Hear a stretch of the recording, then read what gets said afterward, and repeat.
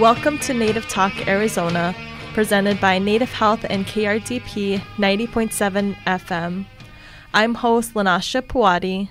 Later in the show, Lieutenant Commander Jackie Campbell will tell us about the Drug Take-Back Day on Saturday, April 20th at the Phoenix Indian Medical Center. And I'll chat with designer Mark Kitcheyan Jr. with Culture Co. The following interview contains discussions of a highly sensitive nature regarding sexual assault that may be triggering for some individuals. I'm Susan Levy, and in the studio with us today is Madera Winters, our awesome public health nurse case manager at Native Health. She's here to talk to us about Sexual Assault Awareness Month, a very important topic. Madera, thanks for being on our show and coming in today. We appreciate it. Thank you for having me here. My name is Madera, and I'm a registered nurse. I also just graduated as a forensic nurse, and I am the domestic violence sexual assault case manager here at Native Health. And I work with the Native American community, Alaskan Natives, in the area of domestic violence, sexual assault, trafficking, all which lead to missing and murdered Indigenous people crisis. So, Madera, you mentioned that you serve any Native American and Alaskan Native, and you said 14 and over? Yes, because we start screening here at Native Health for domestic violence and violence in general here in the medical clinic at 14 years old. I do see men, women, LGBTQ, two-spirit community because all of us experience violence, sexual and domestic. So what if you're not a patient? Can they still call you? Definitely. They can still call the clinic. I will still help you. I provide mobile advocacy services, so I will help you through the process and create a safety plan and help you at the hospital, explain services, and come up with any of your needs at your readiness. Tell us a little bit about yourself and your journey and how you got to Native Health and all of that. So I actually am a survivor of both domestic violence and sexual assault, and I never really healed from that until I got older in my later years, and then I came here for counseling, actually, and I had a really good counselor here. At the same time, I was completing my nursing degree, and then I started working at one of the major hospitals here in the Valley. And during that journey, I came here as a public health nurse for substance abuse. And then I saw a huge correlation between trauma in Native American communities with substance abuse. And then I got awarded the grant for domestic violence and sexual assault. Again, working with trauma in our communities and how that all correlates with substance abuse, sexual violence, domestic violence. I know you've impacted so many people, and I hear so many great things about you, and you do such a great job. And so thank you for everything that you do. No, thank you for everything you do. So I know we're here to talk about April is Sexual Assault Awareness Month. What is Sexual Assault Awareness Month, and how is sexual assault defined? So Sexual Assault Awareness Month is really, really important, especially to our Native community, because we don't really talk about it as much as we need to. Arizona state law defines sexual assault as a person commits sexual assault by intentionally or knowingly engaging in sexual intercourse or oral sexual contact with any person without consent of such person. The key phrase here is being without consent. And then, are there special activities in April for Sexual Assault Awareness Month? There's actually a lot of activities going on for Sexual Assault Awareness Month. There's Denim Day, which brings to light a court case that happened a long time ago as to what a woman was wearing. The question was, what was she wearing when she was sexually assaulted, which is victim blaming. So she actually was wearing jeans. And so we support her and other victims of sexual assault by wearing jeans that day. We also have the state of Arizona had Take Back the Night, where we had victims come, and it was supportive of anybody and bringing awareness to sexual assault. And then also here at Native Health, I am hosting a painting night that is open to everybody, but being aware that we are going to be talking about sexual assault. That's going to be on the 18th at 5 p.m. here at Central. We will be painting butterflies. They will be teal. And then we will also give messages of support and awareness to victims of sexual assault that night. So I wanted you to tell me a little bit, who are the perpetrators of sexual assault in the Native American communities now? 97% of crimes that are committed against Native Americans in our community are non-Native perpetrators. The issue as to why that is very complicated and involves historical and generational trauma. Legalities of being on or off the reservation also has an impact. There are man camps that are also outside of reservations, interracial marriages. Like, there's a multitude of issues that impact our community. Native women are the most likely to be raped by a stranger than by a family member or somebody that they know. So who are the victims then of sexual assault in Native American communities? You said it's mostly women? It's mostly women, and women that are living and residing on the reservation are the most vulnerable to sexual violence at this time. But that doesn't discredit anybody else living off the reservation. It doesn't discredit our men, our boys, our LGBTQ community, our Two-Spirit community. And I know the statistics are shockingly high, right? Yes. Do you happen to know off the top of your head? So 56% of Native American women will be raped in their life. As far as men, it's 28%, but I know that number is way higher. But because of the society that we live in and the embarrassment and the way we view sexual assault and we don't talk about it, those numbers are also going to be higher. That's only the reported number. Are sexual assault and domestic violence, are they connected? Definitely it can be, because it all goes back to power and control over another person. Raping a person is about gaining control over them. Historically, Native women have always had a sacred space in our communities, and we also still abide by a matriarch society. Our clans, our family systems identify us by our mothers. We only represent 2% of the population, but over 83% of Native Americans will experience violence in their lifetime. Over half of women will be sexually assaulted, as we just talked about. So they do go together, and it also does go together with the side effects, the long-term and short-term effects of experiencing violence. And so that goes hand in hand also with substance abuse. And historical trauma and generational trauma. Yeah, and all of that, yes. And, impacting the children in the home and everything else. Every aspect of our lives are impacted. Our personal health, mental wellness, our physical wellness, how we continue on that pattern of generational trauma is affected as well. Poverty rates, depression, PTSD, anxiety, yes, it's all affected. And one of the statistics you said was like 86% is it domestic violence? Is that what you said? 87% against Native women and 83% against men. All of them will be affected by some sort of violence in their lifetime. So majority of the Native American community that we will cross paths with will be affected by trauma. So if somebody experiences trauma, what's generally, whether it's domestic, whatever trauma, what's the first thing that people should do? Be culturally sensitive, trauma sensitive. Understand that when you're meeting with people who are affected by trauma, we don't know how they're going to present. It could be presenting as substance abuse. It could be presenting as suicide. It could be presenting in so many different ways, depression, anxiety. So we want to make sure that we're sensitive and understanding that trauma could be affecting the way that they're presenting. We want to not just jump to conclusions and labeling people, stereotyping people is probably the worst thing you can do. Oh, they're just a drunk or whatever. But we want to make sure that we're understanding and meeting the basic need and offering those services, whether it's traditional services or it's behavioral health services, mental wellness.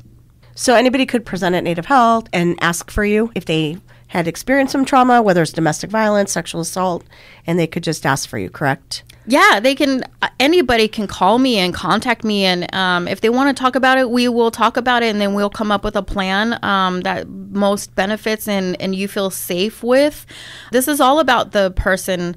I don't want to call them victims, but the survivors of domestic violence, sexual assault. This is about you and your journey. So, however I can help support you in that journey is what I want to do. So, if that means you want a cultural specialist, which we have here at Native Health, or you want to speak to a behavioral health specialist that specializes in trauma, we can do that as well. It's about your journey. So I'm just here as a supportive resource, and I will go with you to the courthouse. I will go with you to file that police report. I will go with you to the hospital to speak to a SANE nurse, whatever it is that you need. I want to meet you there. It's great service and definitely needed and important and the first step in healing. So, Madeira, how might someone use sexual assault and rape to control a relationship? I know you mentioned power, but or control. I'm sure there's a lot more than that. Sexual assault takes away a person's autonomy, making them feel powerless, embarrassed, and scared. Sexual assault creates low self-esteem, depression, confusion. People don't feel they have a power or to speak out. And that could be for many reasons. Some of them can include fear of judgment. People may not believe them. It could be fear of the perpetrator, or they might even be embarrassed about what happened. There's other incidents that can happen also. So sexual assault isn't just about rape. There's many other forms of sexual assault that exist. For instance, sending nudes. So you send a nude to like a boyfriend or a girlfriend, and then they'll threaten you that if you don't send more, they can post it to social media. That is also a form of sexual violence. Religious violence, such as genital mutilation, and grooming happens a lot in the name of religion. So sexual assault is a much broader thing that happens that's not just rape, but it is about having power and control over somebody. Are you seeing a lot of stuff with teens as well? Definitely. Cyberbullying. And when I say cyberbullying, that does go with that sexual violence of forcing somebody to engage in conversations involving sex and sending nudes and forcing somebody into situations, things like that. So yeah, we do see a lot of that violence with teens. So it's important for parents and people to support their children when they want to talk about the sexual violence, and making sure that they understand the importance of when they send a picture or a text to somebody, it is out of their control at that point in time. So we want to make sure that we are talking to children about the importance of safeguarding their autonomy, their identity, because those can be used against you at a later time. So, but it's not their fault. It's still never their fault. That is a felony if somebody does use those pictures and post them and send them to people that it was not meant to be for. It is a felony, and you can report that offense as well. And I don't think teens, they haven't lived a lot, and so they're still learning the things that can happen. And yeah, the bottom line is just making sure that, let's say somebody did send a nude, that they understand that it is not their fault that they became a victim of this kind of blackmail, and that there's still support for them in that. It was, it's never a victim's fault for anything that they do. So are there short and long-term effects of sexual assault and sexual abuse on victims? Definitely. There's a mind-body connection, as we know. So, whatever affects the mind can affect the body. So there is definitely, because of all the things that we just talked about with the PT, the anxiety, the depression, that can actually turn into physical bodily response. Especially with the PTSD, there's a lack of sleep. There's a change in mood, stomach issues, ulcers. It can also affect your daily living, not grooming yourself. You could possibly lose your job because your mood changed, or maybe you're not showing up to work on time. Your grades start failing in your children that are in school and something happened to them sexually. So it does affect all aspects of your life. And then that can also turn into substance abuse, alcoholism. 50% of, I think it's 50%, 30% of people who have been sexually assaulted are actually homeless. So it can affect that too. 42% of people have attempted suicide. 34% report binge drinking on a regular basis, and these are all effects of sexual violence. So, Madeira, how can we be advocates of others? I think it starts within the home. Teaching your young children, your teens, others, that consent is important. So when you're asking consent, may I give you a hug and a kiss? Or anything showing physical affection, you want to ask consent. Is it okay if I give you a hug and a kiss? Because that is giving autonomy to that child or that teenager, the ability to say yes or no. If they say no, then maybe blow a kiss, because you don't know if a child is being molested, if they've already been a victim of sexual violence, or maybe you're just teaching your 3 and 4-year-old that it's okay to say no. especially when it comes to their autonomy. So their ability to be able to say what they want and what they don't want as far as physical touch is really important. So what you can do as a family member or relative, anytime you come across maybe a coworker and you want to give them a hug, ask first. If you have a relative with children or maybe it's your grandbabies, ask them if it's okay if I can give you a hug and a kiss. If it's a teenager, definitely, can I give you a hug, because you're showing them that respect and that consent is important. Good answer. Things I hadn't thought of. And if somebody sets a boundary with you like that, it's not out of being disrespectful. It's just you don't know, again, what that person's history is. So if somebody says, can you please not touch my child? Or if that child shrugs away, whether it's a teenager, I don't want to just say child because I don't want you to just think it's like a 2 or 3 year old, but it could be teenagers or even young adults. If they shrug away from you or they just close down, or maybe they look like they may not want that hug, and a family member comes by and says, hey, please don't touch them, or they're just not ready right now, please don't take offense to that in a negative way. There's always other ways to show affection. You can always verbally say, well, I love you and I can't wait to see you again. You can always blow kisses. You can always fist bump. So there's different ways that you can still show affection, and don't take a no or a rejection as a rejection or something negative. I know you mentioned that people can call you at Native Health or come in and see you, but if they're can't get to Phoenix, Maricopa County, what should they do if they're living in other cities or rural areas or on the reservation? What do you suggest? In any situation, if you have experienced sexual violence, I think the first thing that's most important, you can always call me, but I really suggest that you talk to a forensic nurse. A forensic nurse is a sexual assault nurse examiner, and they provide services at hospitals, at family advocacy centers. But a forensic nurse is a nurse who provides holistic care specifically to people who have been sexually assaulted. They provide a full medical and assault history, collect evidence, assess for injuries, and they really care for you, your mental health and physical health. They guide you to services. They can also give you prophylactic medications in case you know your abuser or we don't know your abuser for sexually transmitted infections. They will also collect evidence for you. And in the state of Arizona, if you are 18 and over, if you're an adult that was sexually assaulted, you don't have to make the decision right away to report to the police. You can still get a medical forensic exam and get all of the needed medical securities that you need, and also get that follow-up appointment with them. And then also they will give you information about advocacy services, peer support groups, whatever it is that you need as well. So the acronym for that is SANE, correct? Yes. Okay, so what happens, though, if somebody waits? I think time is of the essence, correct? That you would get to a SANE nurse quickly? You have 5 days to get to a SANE nurse. If you don't go right away, I do highly suggest that you don't shower. I know it's difficult in a time of crisis, but try to write down everything that happened.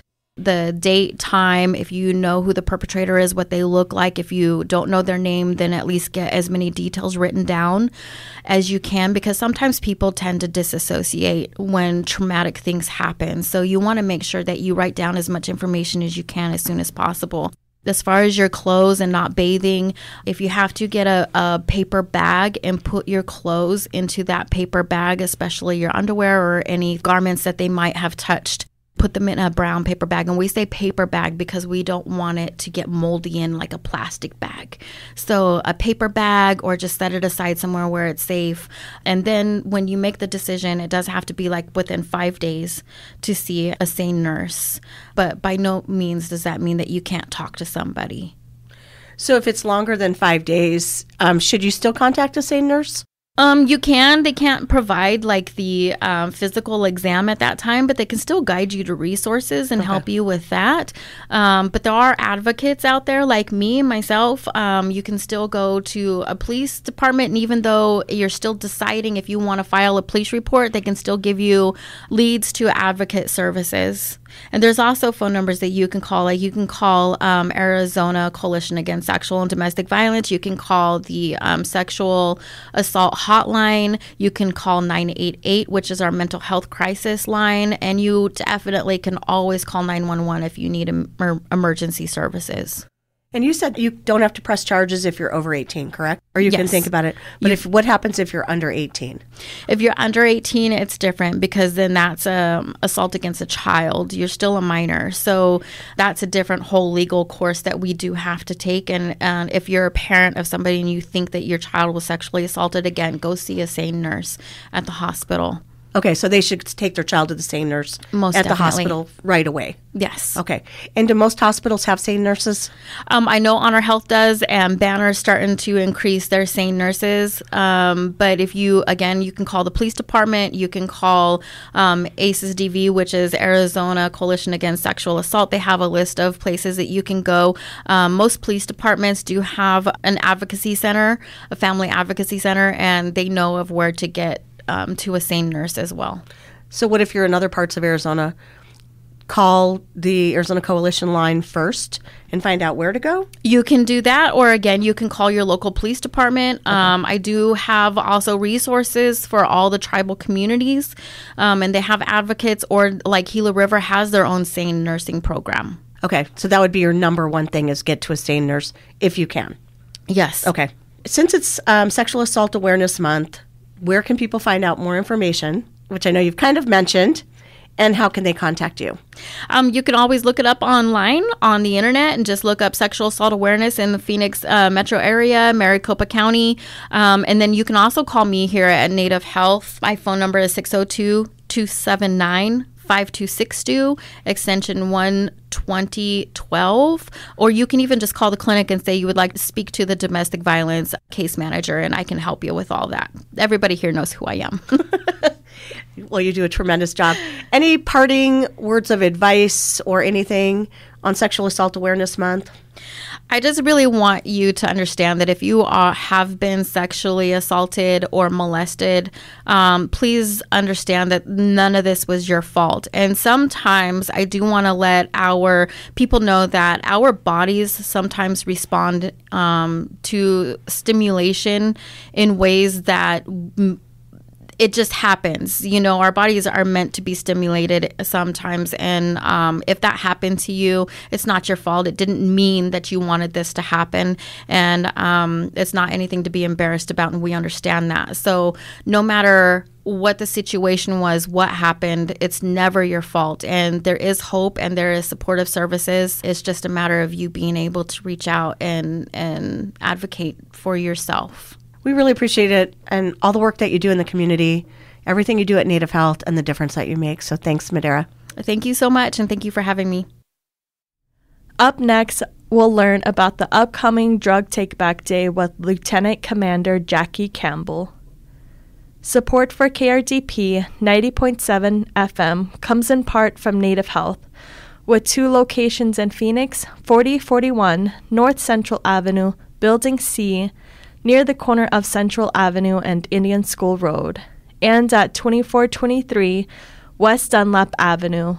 Native Health is also located in Mesa at 777 West Southern Avenue, near the corner of Southern Avenue and Extension Road. Native Health provides primary medical, dental, behavioral health, WIC, and wellness services for the urban Native American community.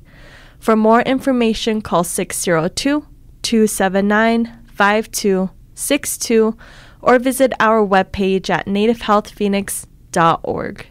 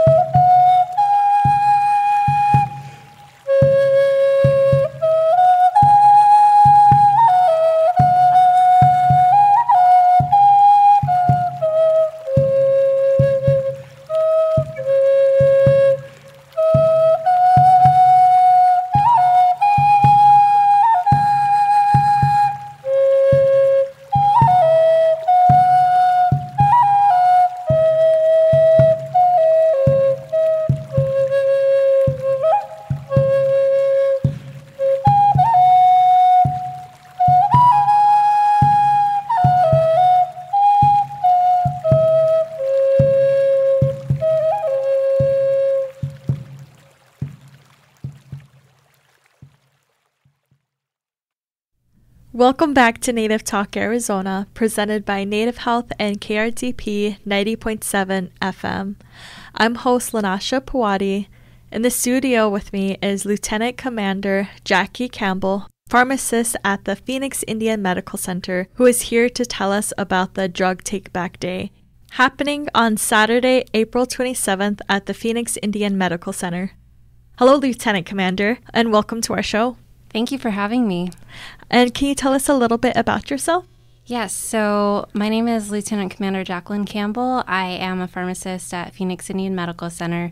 I grew up in Arizona and have been here most of my life, had my entire pharmacy career in IHS, so it's been an honor and a privilege to serve the community. And can you tell us about the Drug Take Back Day?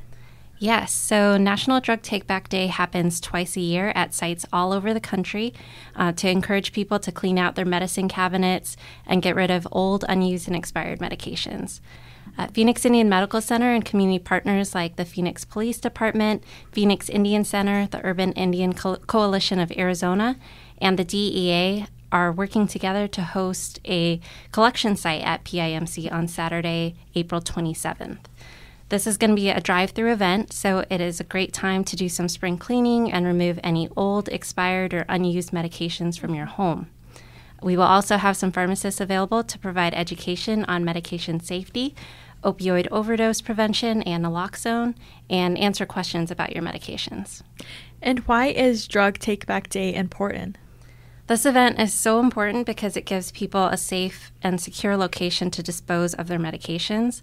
By removing unnecessary medications from your home that are no longer being used, it can help to prevent children, acquaintances, or even pets from getting into your medications that were not prescribed to them. And how can you tell if someone in your household is using medication that were not subscribed to them? Medications could be missing from where you stored them, or they run out earlier than they should. So it's important to store your medications appropriately and in a place where others, such as pets, children, or visitors, can't get to them, such as using a lockbox. It can be dangerous to share medications with someone that it's not prescribed to, especially controlled substances that have additional risks of overdose and abuse potential. With the help of Phoenix Indian Center and the Urban Indian Coalition of Arizona, we will also have some medication lock bags and other useful items and supplies to provide to those who stop by our event. And can you remind us when and where will the event take place? Yes, so our Take Back Day will be on Saturday, April 27th at Phoenix Indian Medical Center, located at 4212 North 16th Street, the northwest corner of 16th Street and Indian School Road, from 10 a.m. to 2 p.m. This will be a drive-through event, and there will be signs to lead you to the drop-off location. And who can attend, and what kinds of medications can be dropped off? That's a great question. It is open to the community, so anyone can stop by and drop off old, unused, or expired prescription or over-the-counter medications. And what kind of medications cannot be accepted? So please don't bring any liquid medications, creams, ointments, inhalers or aerosols, sharps or needles, because we won't be able to accept them. It is also best to try to remove all personal health information from the medication bottles that are being brought in. If you can't remove the labels, you can always black out the name, address, prescription number, and the chart number using a black permanent marker. And how else can you get rid of your old or unused medication from your home if you can't make or attend the Drug Take Back Day? You can look up other National Drug Take Back events on the DEA's website, www.dea.gov/takebackday, to find a collection site near you. They also have other helpful resources, including listings for year-round drug disposal locations in your area. For many medications, it can be safely disposed of at home by mixing old, unused medications in used cat litter or coffee grounds, sealing them in a sealable container, and then discarding them in the trash. The FDA also has a flush list for certain medications where the medications on the list have a high risk of harm to people from accidental exposure, but a low risk to the environment. The drug take-back programs are always the safest way to get rid of unused medications, but in case you don't have one close to you, it's important to know other ways to keep your home safe. And finally, how can our listeners learn more about Drug Take Back Day, and who can they contact for questions? So they can always go to the website, www.dea.gov/takebackday, to find more collection sites near them and to find out more about the events. For information about Phoenix Indian Medical Center's Take Back Day, they can contact Roberta Arthur and visit the PIMC Facebook page. We would like to thank you, Lieutenant Commander Campbell, for coming in today to tell us about this very important event coming up on Saturday, April 27th at the Phoenix Indian Medical Center. Thank you so much for having me. I'll chat with designer Mark Kitcheyan Jr.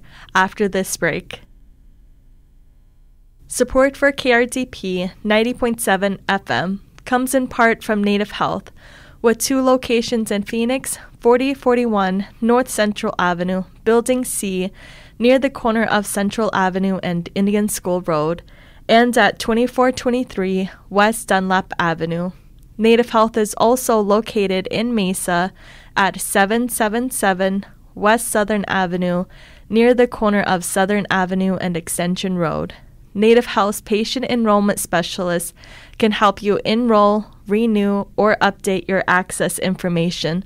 This can be done in person, on the phone, or Zoom, days, nights, or weekends. It's fast, easy, and can make a difference in keeping your healthcare coverage. For more information, call 602-285-9492.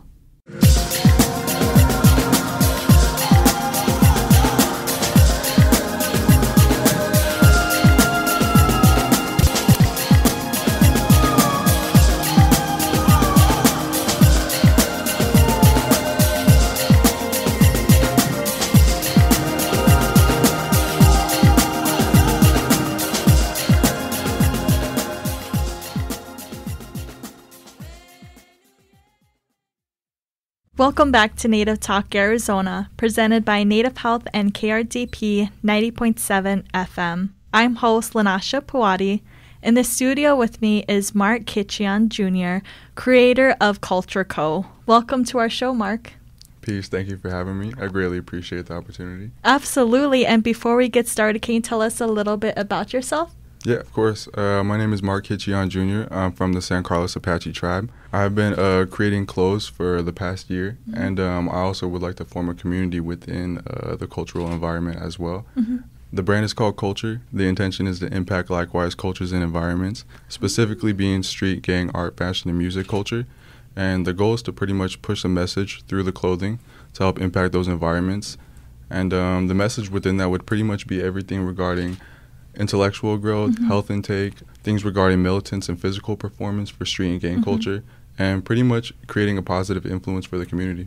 So what kind of influenced or encouraged you to become a designer? Well, I've always definitely had an artistic outlook on life. I used to be a skateboarder, so I've definitely learned to kind of like create nothing into something, especially being things like a street corner, and how skateboarding can really influence your mind for creativity, especially for being outside a lot. Definitely individuals, starting from music, people like Nipsey Hussle and the way that he spoke and the people that he spoke on really influenced me.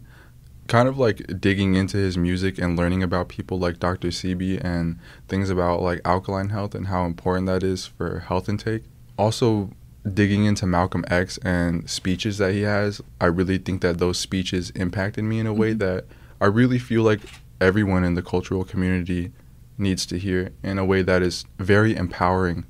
Also learning about books, specifically speaking on authors like Shahrazad Ali, being what that sister speaks on and how she has really spoke on a positive influence within the community, especially within cultural relationships and also roles as well, of being how within the cultural community a lot of us come from broken homes, and also how repairing those relationships and not just healing but also growing those relationships is also very important, and how healthy relationships really impact our community as our generation, but also the elders, and also as well as for the youth and starseeds as well.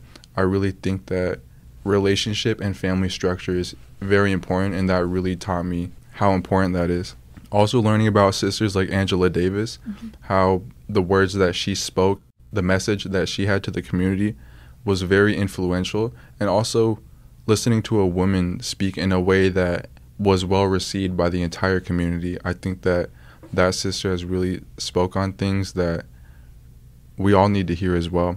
Also, digging into more research and learning about brothers like Young Pharaoh and Rashad Jamal, those two really changed my life and the way that my intellectual grew, and also in the way that my spiritual growth grew.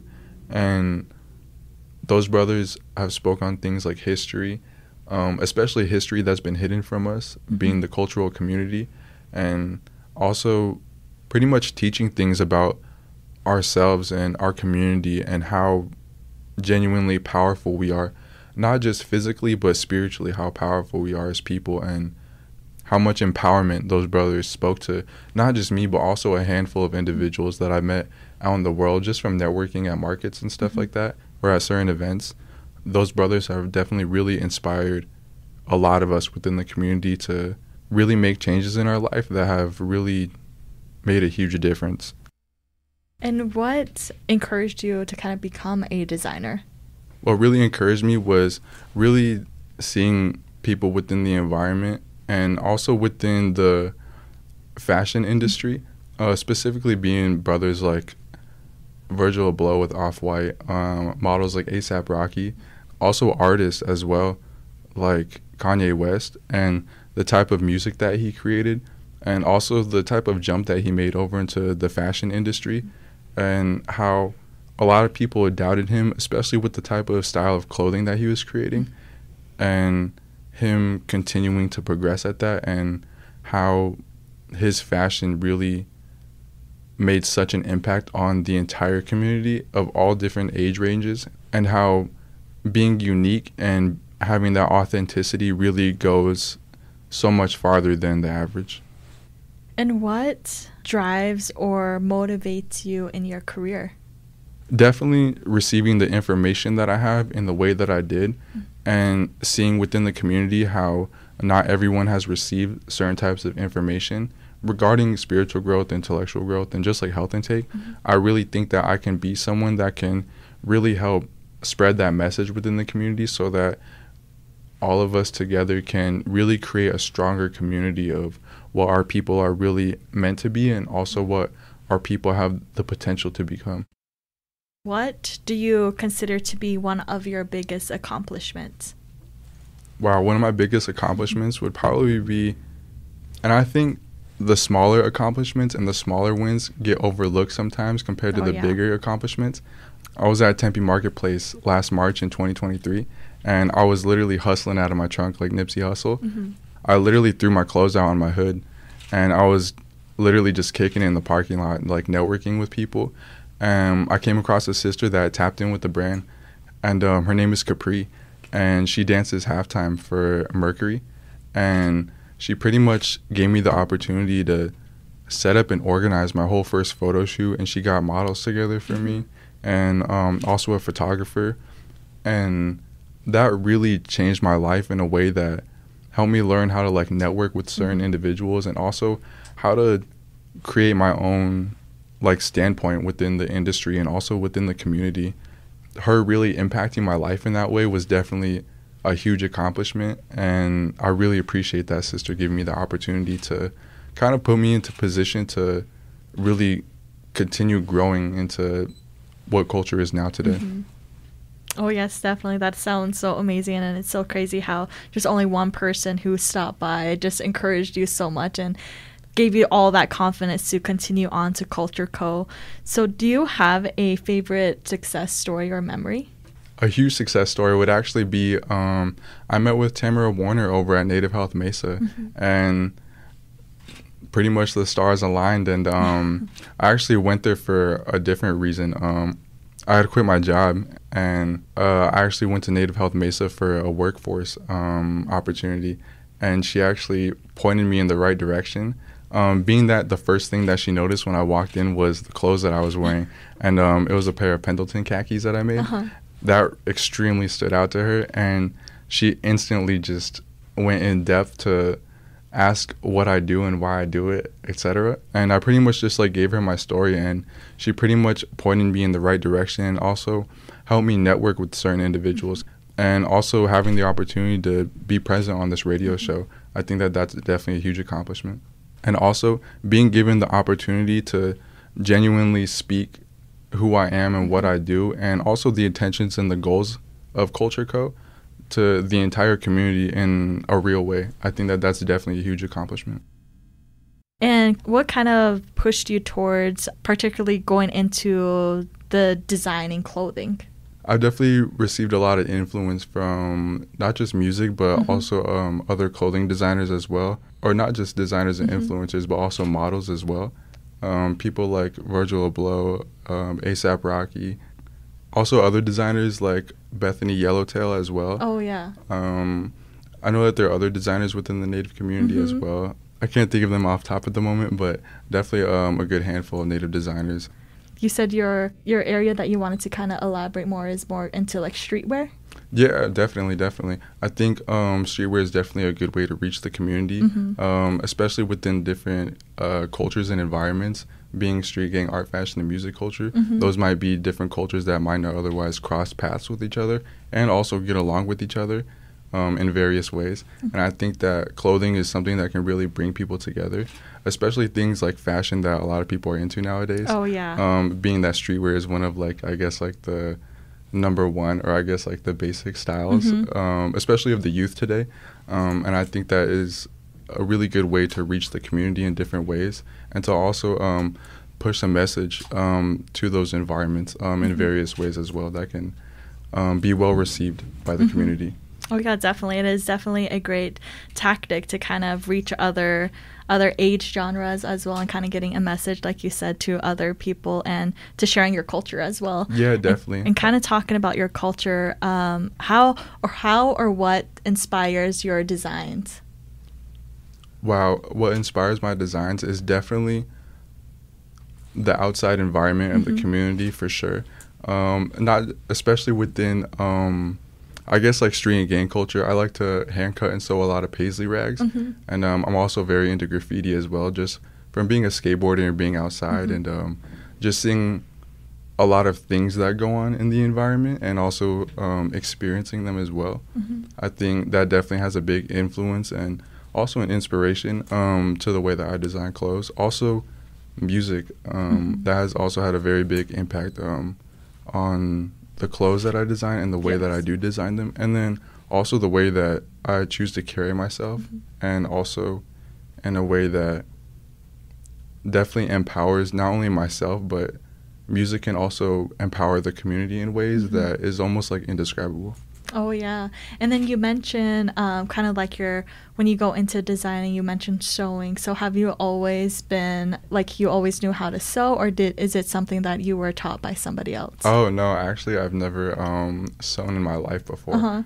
My grandma on my grandpa's side from Ganado, the Navajo reservation, she actually created wool blankets and actually sold them at the market a couple generations ago. And I think that's really dope, and I definitely do think I get that designing uniqueness from her in a way, definitely. And my grandpa was also a boxer, so I feel like that kind of helps collaborate.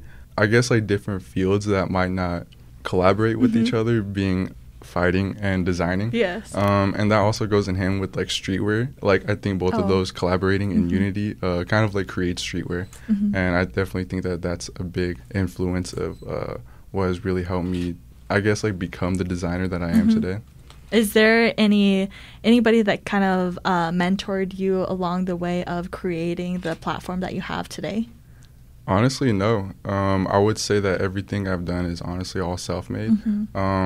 I would like to give credit to people that definitely inspired the brand Culture Co. And Co stands for community, because I think community is one of the most important things of our people. And I think that that's something that can really bring us together. And I think within the past couple of decades or a generation or so, I think the community specifically, not just the outside, but also inside community of just within and outside of the home, has kind of changed within the past couple generations. And there's been a lot of diversity and also separation within the community. And I think that originally community was to bring people together in a way that is peaceful and that is also productive. And how has your Indigenous culture identity impacted your career this far and shaped who you are today? Wow, that has definitely influenced me in a way, definitely in a huge way. I grew up in Tempe, Arizona until I was about 12 years old, and I was always confused about the diverse cultural community because seeing people indifferently was never a thing to me or to my sibling. And things like sports and also just outside activities really brought me and my friends together.